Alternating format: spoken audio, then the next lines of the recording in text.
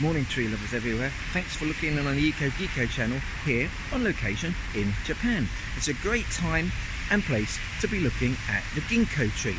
So the ginkgo tree's full name is Ginkgo biloba, which means the leaves are split into two lobes, and you'll see that here. It's also sometimes called the maidenhair tree, and that has reference to the maidenhair fern, which it looks a little bit like, and also to the fact that the veins are arranged as if fanning out in two sort of locks of hair combed through and fanning out. I think you see what I mean. The ginkgo tree has an amazing history. It was widely spread back in the Jurassic era, and then it was only known from fossils until a couple of hundred years ago when some specimens were found somewhere in China. Ginkgo trees were widely propagated by Buddhist monks, and so the tree, rather than going extinct, is now actually quite widely spread, and in Japan it is certainly the city tree of Tokyo. It's found up and down every street. It grows brilliantly in urban conditions.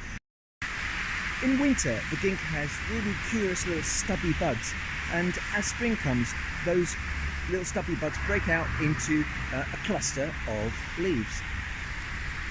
The ginkgo tree is a gymnosperm, so that means it's not a flowering plant as such. It produces pollen, which germinates into motile sperm cells, which is quite interesting. But that's on the male tree. It is dioecious, which means it's also got female trees. And the female trees produce a seed, not a true fruit, and the seed has a fleshy outside edge, which has been variously described as really ripe camembert, might be okay. It's also been described as dog poo, and as rancid butter, and perhaps as vomit. In an urban setting, on the side of pavements and so on, you really wouldn't want any of the smelly female ones around. But I'm going to go and search one. All of these here are male.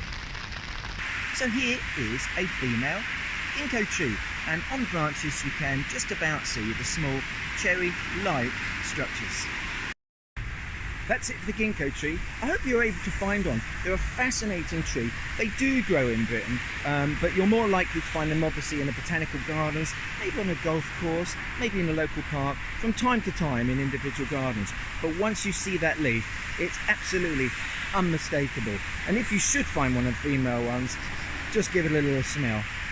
Thanks for looking in the Eco Geeko channel, and don't forget to subscribe.